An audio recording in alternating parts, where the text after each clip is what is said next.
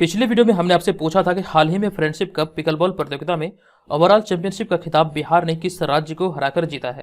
Complete जानकारी मैंने आपको दिया था यहां से और आपको बताया था इस प्रश्न का राइट आंसर होगा हमारा ऑप्शन नंबर ए, यानी कि सिक्किम राज्य को हराकर बिहार ने इस प्रतियोगिता का खिताब अपने नाम किया है। ऑप्शन नंबर ए यहां पर इस प्रश्न का राइट आंसर था। कोशिश कीजिए कि जो भी प्रश्न आप लोगों से पूछा जाता है आप लोग जब से कमेंट बॉक्स में लिखते हैं तो विस्तार पूर्वक लिखा कीजिए। अब चलते हैं सीधे पहले प्रश्न पे, लेकिन उससे पहले यहां पर आपको बता दूं जो लोग घर बैठे रहकर बीपीएससी और सीडीपीओ एग्जाम की तैयारी में लगे हैं तो बीपीएससी मेकर ऐप को प्ले स्टोर से डाउनलोड करके अपनी तैयारी को बेहतर तरीके से कर सकते हैं।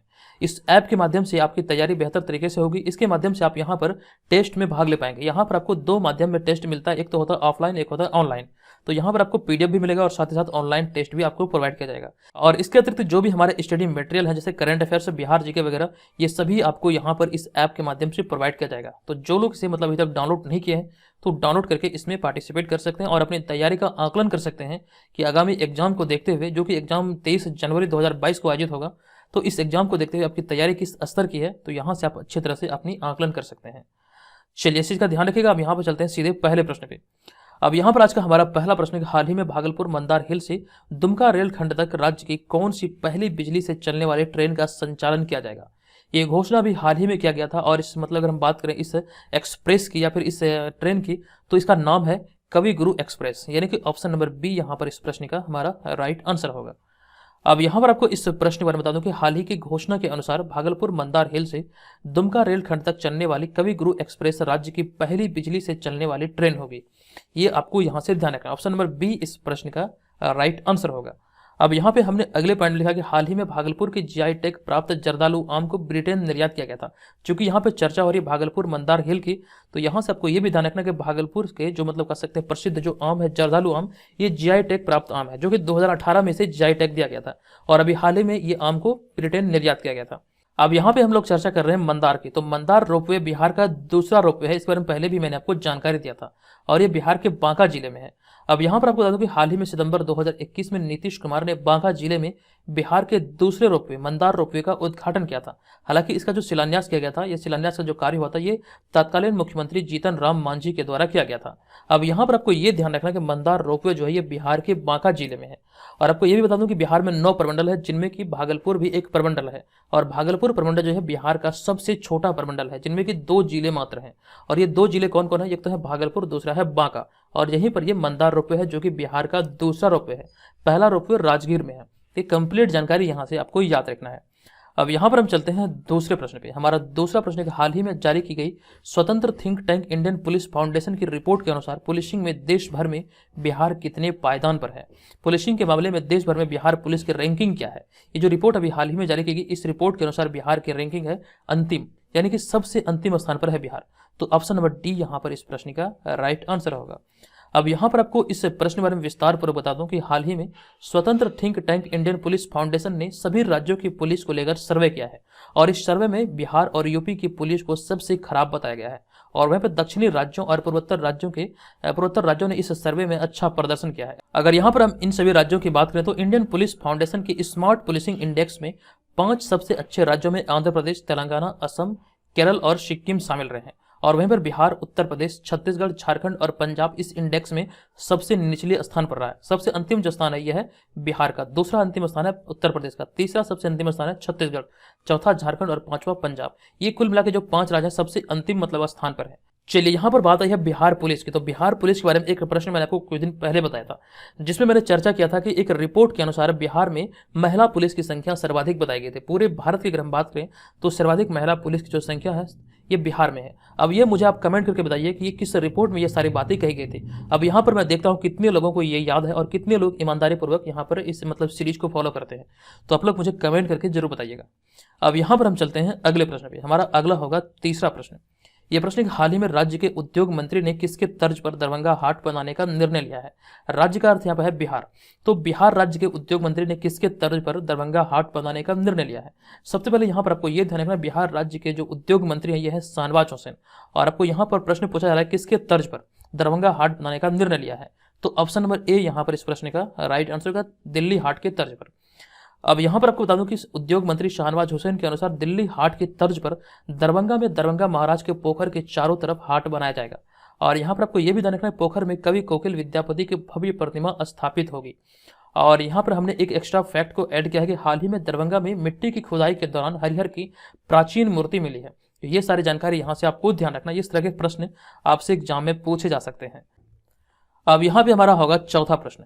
यह प्रश्न है कि धन प्रेषण में दुनिया के सबसे बड़े प्राप्तकर्ता देश भारत में 2021 में विदेशों से कितने अरब डॉलर धन भेजे गए, यानी कि विदेशों से भारत में कितना अरब डॉलर धन आया है। तो इस प्रश्न का हमारा राइट आंसर लगभग 87 अरब डॉलर, यानी कि ऑप्शन नंबर सी यहाँ पर इस प्रश्न का हमारा राइट आंसर होगा। अब यहाँ पर आपको इस प्रश्न के बारे में विस्तृत जानकारी दे दूं जो कि आपके एग्जाम में पूछे जा सकते हैं।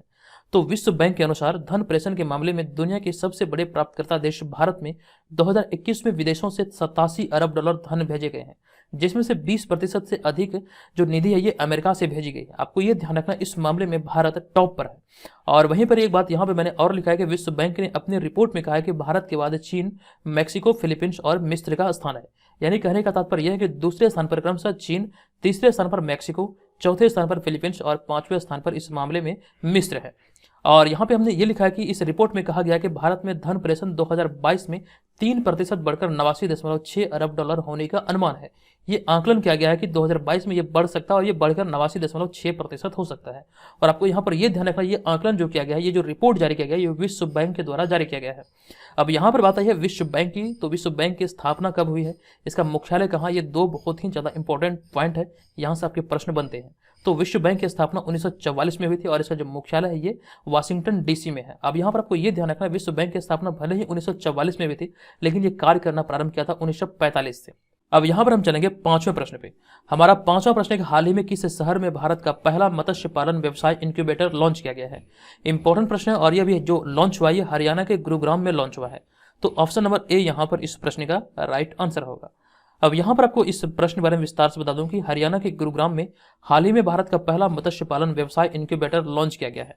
तो ये आपको ध्यान रखना है, गुरुग्राम में इसका उद्घाटन हुआ है। और यहाँ पे हमने लिखा है कि इसका उद्घाटन केंद्रीय मत्स्य पालन, पशुपालन और डेयरी मंत्री श्री पुरुषोत्तम रूपाला ने किया है। और यहाँ पर नेक्स्ट पॉइंट यह है कि हरियाणा की राजधानी है चंडीगढ़ और यहाँ के मुख्यमंत्री हैं मनोहर लाल खट्टर तथा राज्यपाल हैं बंडारू दत्तात्रेय। अब यहाँ पे हरियाणा की बात आई है तो हरियाणा के बारे में कुछ और भी एक्स्ट्रा पॉइंट है जो कि आपके एग्जाम में पूछे जा सकते हैं। ये सारे के सारे करंट अफेयर्स की श्रेणी में है, तो एक एक करके हम लोग सभी को देखते हैं। तो खेलो इंडिया यूथ गेम 2021 के चौथे संस्करण का आयोजन हरियाणा के पंचकुला में किया जाएगा। ये एक इंपॉर्टेंट प्रश्न है जो कि आपको याद रखना है। और वहीं पे हमने अगले पॉइंट में लिखा कि हाल ही में हरियाणा राज्य सरकार द्वारा संजीवनी परियोजना की शुरुआत की गई थी। और नेक्स्ट पॉइंट यह है कि हरियाणा के गुरुग्राम में पहला अनाज एटीएम खोला गया। और साथ ही साथ हाल ही में हरियाणा सरकार ने प्राइवेट नौकरी में स्थानीय लोगों को 75% आरक्षण देने का कानून बनाया है। अब यहाँ पर इसके अतिरिक्त हरियाणा के बारे में कुछ और भी एक्स्ट्रा फैक्ट है जो कि एग्जाम में पूछे जा सकते हैं। वो तमाम चीज़ों को हम लोग एकदम से विस्तार से पुनः देख लेते हैं। तो भारत वाले मैप पर आप यहाँ पे देख सकते हैं ये हरियाणा की स्थिति है और ये हरियाणा उत्तर भारत का एक राज्य है। इसकी सीमाएं उत्तर में पंजाब और हिमाचल प्रदेश, दक्षिण एवं पश्चिम में राजस्थान से जुड़ी हुई है। प्राचीन काल में यह राज्य वैदिक सभ्यता और सिंधु घाटी सभ्यता का मुख्य निवास स्थान रहा था। इंपॉर्टेंट है। और हमारा यहाँ पे अगला पॉइंट है, यह भारत के अमीर राज्यों में से एक है और यहाँ प्रति व्यक्ति आय के आधार पर यह देश है और यह प्रति व्यक्ति आय के आधार पर देश का दूसरा सबसे धनी राज्य है। इसके अतिरिक्त भारत में सबसे अधिक ग्रामीण करोड़पति भी इसी राज्य में है। ये भी आपको ध्यान रखना, सबसे अधिक ग्रामीण करोड़पति हरियाणा में है, लेकिन यहाँ पे हमने चर्चा किया था कि यह प्रति व्यक्ति आय के आधार पर देश का दूसरा सबसे धनी राज्य है। तो पहला सबसे धनी राज्य कौन है, तो सबसे पहला जो धनी राज्य है भारत का यह है महाराष्ट्र। ये भी आपको ध्यान रखना। और ये हरियाणा की जो राजधानी है यह चंडीगढ़। इसकी स्थापना हुई थी 1 नवंबर 1966 को। राज्य का सबसे बड़ा शहर है फरीदाबाद। यहाँ का जो क्षेत्रफल है ये 44,212 वर्ग किलोमीटर है। ये लगभग कह सकते हैं बिहार का आधा है। और यहाँ पे जो जिले हैं 22 जिले हैं। और यहाँ पे अगर हम राज्यपाल की बात करें तो अभी मैंने आपको बताया कि बंडारू दत्तात्रेय यहाँ के राज्यपाल हैं और मुख्यमंत्री हैं मनोहर लाल खट्टर। ये तमाम चीज़ों की जानकारी यहाँ से आपको याद रखना है। अब यहाँ पर हम चलेंगे अगले प्रश्न पे। हमारा जो अगला प्रश्न होगा वो भी बहुत ही ज़्यादा इंपॉर्टेंट है। हमारा अगला छठा प्रश्न है कि हाल ही में दक्षिण अफ्रीका के किस क्रिकेटर ने क्रिकेट के सभी प्रारूपों से संन्यास ले लिया है। ये भी एक बहुत ही ज़्यादा इंपॉर्टेंट प्रश्न है और इस प्रश्न का हमारा राइट आंसर एवी डिविलियर्स, यानी कि ऑप्शन नंबर डी इस प्रश्न का राइट आंसर होगा। आप जो यहाँ पर इस इमेज में देख रहे हैं यही है एवी डिविलियर्स। मिस्टर 360 के नाम से इन्हें जाना जाता है। अब यहाँ पर आपको बता दूं कि हाल ही में दक्षिण अफ्रीका के महान बल्लेबाज एवी डिविलियर्स ने क्रिकेट के सभी प्रारूपों से संन्यास लेने की घोषणा की है। और इसके साथ ही 37 वर्ष के डिविलियर्स का IPL team royal challenger Bangalore से भी नाता टूट गया और उन्होंने आईपीएल से भी मतलब कह सकते हैं संन्यास ले लिया है। और यहाँ पे हमने अगले पॉइंट में लिखा कि दक्षिण अफ्रीका के लिए उन्होंने 114 टेस्ट, 228 वनडे और 78 T20 मैच खेले हैं। तो ये भी जानकारी याद रखिए। और एक पॉइंट मैंने यहाँ पे पुनः लिख दिया कि उन्होंने क्रिकेट के सभी प्रारूपों से संन्यास लेने का फैसला किया है। तो यहाँ पर मैं आपको एक चीज़ बताना चाहता हूँ कि इनसे संबंधित जो भी मतलब कर सकते हैं, इनका जो उपलब्धि है, जो इनका रिकॉर्ड है, यहाँ से आपके प्रश्न बन सकते हैं। तो कुछ चीज़ों को यहाँ पे हमने ऐड नहीं किया, आप लोग अपनी तरफ से इसे देख लीजिएगा, यहाँ से प्रश्न जरूर बनेंगे, क्योंकि एक बहुत बड़ी महान हस्ती थी जो कि क्रिकेट के मतलब कर सकते हैं प्रारूपों से संन्यास ले चुकी है। तो यहाँ से प्रश्न बनना लाजमी है। अब यहाँ पे हम लोग चर्चा कर रहे हैं क्रिकेट की, तो क्रिकेट के बारे में कुछ एक्स्ट्रा फैक्ट है जो कि आप यहाँ पे देख सकते हैं। तो क्रिकेट का जो सर्वोच्च संस्था यह है आईसीसी, और आईसीसी का जो फुल फॉर्म होता है ये होता है इंटरनेशनल क्रिकेट काउंसिल। इसका सिद्धांत क्या है ये आपसे एग्जाम में पूछे जाएंगे। इसका सिद्धांत है अच्छाई के लिए क्रिकेट, और आईसीसी की स्थापना हुई थी 15 जून 1909 को, और इसका मुख्यालय है दुबई, संयुक्त अरब अमीरात में। वर्तमान में इसके 106 देश सदस्य हैं, आधिकारिक भाषा है अंग्रेजी। इसके चेयरमैन है ग्रेग बार्कले जो कि न्यूजीलैंड के हैं, और आपको ये ध्यान रखना वर्तमान सीईओ है जोफ एर्लाडिस, और ये ऑस्ट्रेलिया के हैं। लेकिन इससे पहले आईसीसी के जो सीईओ थे ये थे मनु साहनी, और ये भारत के थे। इन्होंने अपने पद से इस्तीफा दिया था, जिसके बाद आईसीसी के सीईओ बने हैं जोफ एर्लाडिस। अब यहाँ पे हमारा अगला 7वां प्रश्न है कि हाल ही में किस संस्थान को कौशल विकास एवं उद्यमिता मंत्रालय से विशिष्टता केंद्र का दर्जा मिला है? तो इस प्रश्न का हमारा right answer option number A, यानी कि भारतीय उद्यमिता विकास संस्थान इस प्रश्न का राइट आंसर होगा।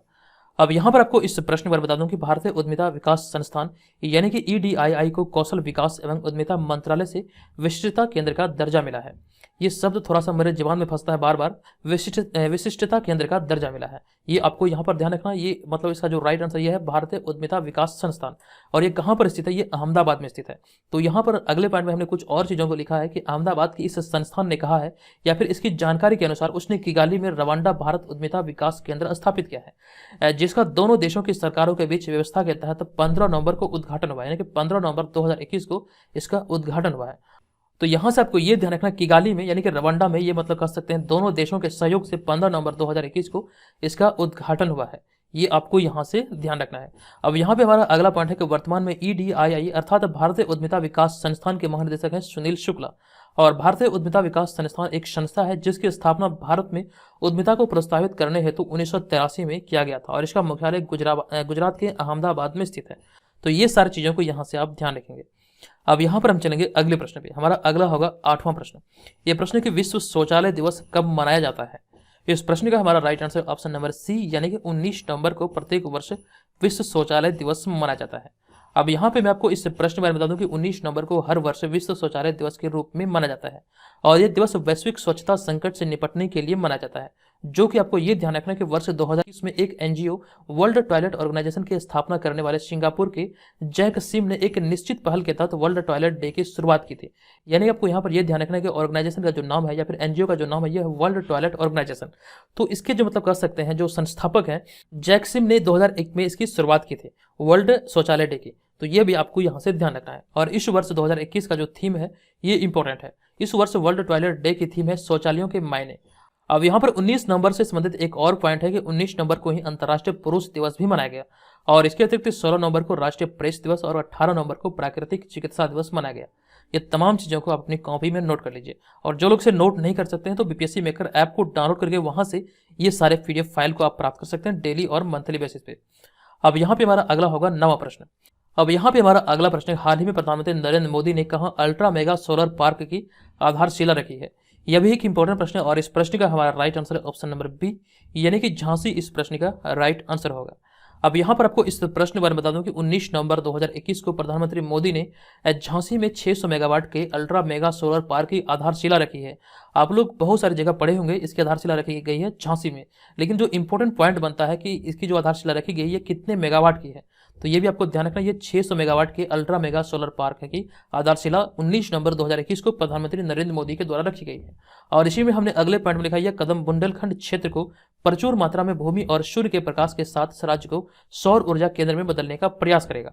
और यहाँ पे अगर हम इस सोलर पार्क की बात करें तो झांसी सौर पार्क की कुल परियोजना लागत जो है ये 3013 करोड़ रुपये है, और केंद्र सरकार परियोजना लागत का 30% प्रदान करेगा। तो यहाँ से आपको ये ध्यान रखना है इसमें जो 30% जो मतलब कर सकते हैं जो प्रदान किया जाएगा लागत की राशि ये केंद्र सरकार के द्वारा दिया जाएगा। वहीं पे अगर हम बात करें 70% की, तो रिमेनिंग 70% जो राशि होगी इस परियोजना की लागत जो होगी ये उत्तर प्रदेश सरकार के द्वारा दिया जाएगा इसके मतलब कि इस परियोजना के निर्माण में। तो कंप्लीट जानकारी यहाँ से आपको ध्यान रखना है। अब यहाँ पर हम चलते हैं अगले प्रश्न पे। हमारा अगला होगा 10वां प्रश्न, लेकिन उससे पहले हम लोग चर्चा कर रहे हैं प्रधानमंत्री नरेंद्र मोदी की। तो यहाँ से भी आपके प्रश्न बनने की संभावना है। कुछ पॉइंट है जो कि आप यहाँ पर देख सकते हैं। इनका पूरा नाम है नरेंद्र दामोदर दास मोदी और इनका जन्म 17 सितंबर 1950 को हुआ था और वे 26 मई 2014 से लगातार दूसरी बार भारत के प्रधानमंत्री बने हैं और साथ साथ वे वाराणसी लोकसभा सांसद भी चुने गए हैं। और एक जो इंपॉर्टेंट पॉइंट है ये वाला कि वे भारत में प्रधानमंत्री पद पर आसीन होने वाले स्वतंत्र भारत में जन्मे प्रथम व्यक्ति हैं। इससे पहले वे 7 अक्टूबर 2001 से 22 मई 2014 तक गुजरात के मुख्यमंत्री भी रहे हैं और वर्तमान में मोदी भारतीय जनता पार्टी और भारतीय राष्ट्रीय स्वयंसेवक संघ का सदस्य भी है। तो ये तमाम चीजें यहाँ से आपको ध्यान रखना है। और प्रधानमंत्री नरेंद्र मोदी की कुछ मतलब कर सकते हैं उपलब्धियों को हमने अगले स्लाइड में ऐड किया है। आप यहाँ पर सभी को देखकर स्क्रीनशॉट ले सकते हैं। कुछ विभिन्न देश और संस्था के द्वारा जो मतलब कर सकते हैं सर्वोच्च सम्मान से सम्मानित किया गया, ये वो सूची है जो कि बार बार आपके एग्जाम में बन सकते हैं यहाँ से प्रश्न। तो आप चाहें तो यहाँ पर इसका स्क्रीनशॉट भी ले सकते हैं। अब यहाँ पर हम चलते हैं अगले प्रश्न पे। हमारा अगला होगा 10वां प्रश्न। यह प्रश्न हाल ही में लाल सलाम नामक पुस्तक किसने लिखा है? इंपॉर्टेंट प्रश्न और ये बहुत ज्यादा चर्चे में है। इस प्रश्न का हमारा राइट आंसर है ऑप्शन नंबर डी, यानी कि स्मृति ईरानी इस प्रश्न का राइट आंसर होगा। अब यहाँ पर आपको इस प्रश्न के बारे में विस्तृत जानकारी दे दूं कि केंद्रीय महिला और बाल विकास मंत्री स्मृति ईरानी ने हाल ही में अपना पहला उपन्यास लाल सलाम एक उपन्यास लिखा है। इस उपन्यास का नाम है लाल सलाम एक उपन्यास, जो कि यहाँ पर आपको ये ध्यान रखना, इसके जो लेखक है यह है स्मृति ईरानी और नवंबर 2021 में वह अपना पहला उपन्यास जारी करने को तैयार है। अब यहाँ पे अगर हम इस उपन्यास की बात करें तो यह उपन्यास अप्रैल 2010 में छत्तीसगढ़ के दंतेवाड़ा में माओवादी हमले के दौरान क्षेत्र केंद्रीय पुलिस रिजर्व बल के जवानों की हत्या से प्रेरित है और यह पुस्तक उन लोगों को श्रद्धांजलि है जिन्होंने राष्ट्र को अपनी जीवन भर सेवा दी है। तो इसी पे यह आधारित है, जो कि 2010 में जो हमला हुआ था केंद्रीय रिजर्व पुलिस बल पर, जो जवानों की हत्या हुई थी, उसी पर यह आधारित है। और इस पुस्तक की अगर हम बात करें तो इस किताब का प्रकाशन वेटलैंड नामक प्रकाशक कंपनी ने किया है और साथ ही साथ यह उपन्यास 29 नवंबर को बाजार में आएगी। तो ये कंप्लीट चीजें यहाँ से आप लोग याद रखिए। आप यहाँ पर इसका कवर पेज को भी देख सकते हैं। अब यहाँ पर हम चलेंगे 11वें प्रश्न पे। हमारा 11वां प्रश्न है हाल ही में किस राज्य का डांग 100% जैविक खेती करने वाला पहला जिला बना है? ये डांग जो जिला है ये किस राज्य का जिला है?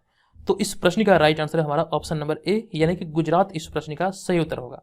हाल ही में गुजरात का डांग जिला 100% जैविक खेती करने वाला जिला बना है। अब यहाँ पे हमारा अगला पॉइंट है कि देश में इस वक्त जैविक खेती का प्रचलन तेजी से हो रहा है और उत्तराखंड के बाद अब गुजरात सरकार ने भी इस प्रकार की खेती को बढ़ावा दिया है और गुजरात में जैविक खेती को लेकर के सरकार ने सिक्किम मॉडल को अपनाने की योजना बनाई। अब यहाँ पर सिक्किम मॉडल क्या है इसकी जानकारी मैं आपको थोड़ी देर में दूंगा। अब यहाँ पे हमारा अगला पॉइंट इसी में है कि इसके लिए आदिवासी बहुल क्षेत्र वाले जिले डांग को 100% जैविक कृषि वाला जिला बनाने का निर्णय लिया गया है। तो ये आपको यहाँ से ध्यान रखना है। अब यहाँ पर देखिए हमने बात किया था सिक्किम मॉडल की, तो यहाँ पर हमने अगले पॉइंट में लिखा है कि सिक्किम देश का पहला राज्य है जिसे कि जैविक खेती वाला पहला राज्य घोषित किया गया था। तो यहाँ से आपको यह ध्यान रखना, अभी हाल ही में सिक्किम को जैविक खेती वाला राज्य घोषित किया गया था। और इसी में हमारा अगला पॉइंट है लक्षद्वीप को देश का पहला जैविक खेती वाला केंद्र शासित प्रदेश घोषित किया गया। राज्य और यहाँ पर केंद्र शासित प्रदेश दोनों को यहाँ से आपको ध्यान रखना है। अब यहाँ पर हम चलेंगे अगले प्रश्न पे। हमारा अगला होगा 12वां प्रश्न। तो 12वां प्रश्न हाल ही में अखिल भारतीय इंदिरा मैराथन कहाँ आयोजित की गई है? यह भी एक इंपॉर्टेंट प्रश्न है और इस प्रश्न का हमारा राइट आंसर है ऑप्शन नंबर सी, यानी कि प्रयागराज इस प्रश्न का राइट आंसर होगा। अब यहाँ पर आपको इस प्रश्न पर बता दूं कि हाल ही में 19 नवंबर को या फिर 19 नवंबर 2021 को पूर्व प्रधानमंत्री इंदिरा गांधी के जन्मदिन पर 36वीं अखिल भारतीय इंदिरा मैराथन का आयोजन प्रयागराज में किया गया। ये आपको यहाँ से ध्यान रखना, प्रयागराज उत्तर प्रदेश में इसका आयोजन हुआ था और ये 36वां संस्करण था जो कि 19 नवंबर 2021 को आयोजित हुआ। और यहाँ पे हमने अगले पॉइंट में लिखा कि प्रतियोगिता में प्रथम पुरस्कार पर 2 लाख रुपये, द्वितीय पुरस्कार पर 1 लाख और तृतीय पुरस्कार के तौर पर 75,000 रुपये की धनराशि प्रदान की जाती है। और हमारा अगला पॉइंट है कि इस मैराथन में लगभग 1000 धावक शामिल हुए और मैराथन में शामिल होने वाले धावकों में इलेक्ट्रिक डिवाइस चिप लगाई जाएगी ताकि उनके द्वारा तय की गई दूरी का सही पता लगाया जा सके। तो ये सारी बातें यहाँ से आपको ये ध्यान रखना है। इसका आयोजन हुआ था, ये 36वां संस्करण था और ये प्रयागराज में आयोजित हुआ था। अब यहाँ से बहुत सारे प्रश्न बन सकते हैं जो कि मैं आपको जल्द ही प्रोवाइड करूंगा नेक्स्ट वीडियो में। अब यहाँ पे हमारा अगला प्रश्न है 13वां प्रश्न। यह प्रश्न कि विश्व विरासत सप्ताह कब से कब तक मनाया जाएगा? इस प्रश्न का हमारा right answer option number D, यानी कि 19 से लेकर के 25 नंबर इस प्रश्न का राइट आंसर होगा। अब यहाँ पर आपको इस प्रश्न बारे में बता दूं कि संयुक्त राष्ट्र शैक्षिक वैज्ञानिक और सांस्कृतिक संगठन द्वारा प्रतिवर्ष 19 से लेकर के 25 नवंबर तक विश्व विरासत सप्ताह मनाया जाता है। ये आपको यहाँ से ध्यान रखना है। और यहाँ पे हमने अगले पॉइंट में लिखा कि इसका उद्देश्य आम लोगों को समृद्ध सांस्कृतिक विरासत के प्रति जागरूक करना और इसके संरक्षण हेतु प्रयास करना ही इसका उद्देश्य है। और इसी उद्देश्य के साथ प्रत्येक वर्ष 19 से 25 नवंबर तक प्रत्येक वर्ष ये मनाया जाता है विश्व विरासत सप्ताह के तौर पर। ये कंप्लीट चीजें यहाँ से आप लोग याद रखिए। अब यहाँ पर हम चलते हैं आज के इस वीडियो के प्रश्न की ओर। आज के इस वीडियो का हमारा प्रश्न हाल ही में बिहार कृषि विश्वविद्यालय की 21 मिनट की कौन सी फिल्म 5वीं राष्ट्रीय फिल्म फेस्टिवल अवार्ड के लिए चयनित हुई है। तो इंपॉर्टेंट प्रश्न है और इस प्रश्न का राइट आंसर क्या होगा, कंप्लीट जानकारी मैं आपको ऑलरेडी दे चुका हूं। आप मुझे बताइए, आप चाहें तो यहाँ पर कंप्लीट चीजों को एकदम से विस्तार पूर्वक भी लिख सकते हैं। और जो लोग घर बैठे बीपीएससी और सीडीपीओ जैसे एग्जाम की तैयारी में लगे हैं, तो यहाँ से आप अपनी तैयारी को बेहतर तरीके से कर सकते हैं और साथ साथ अपनी तैयारी का आप आकलन भी कर सकते हैं। तो जल्दी से बीपीएससी मेकर ऐप को डाउनलोड करें और यहाँ पर इसमें पार्टिसिपेट करें। ऑलरेडी यहाँ पर बहुत सारे लोग, लगभग 8000 से अधिक लोग रजिस्टर हो चुके हैं, तो आप भी इसमें रजिस्टर हो सकते हैं। तो दोस्तों आज के इस वीडियो में इतना ही, मिलेंगे नेक्स्ट वीडियो में। तब तक के लिए धन्यवाद। जय हिंद।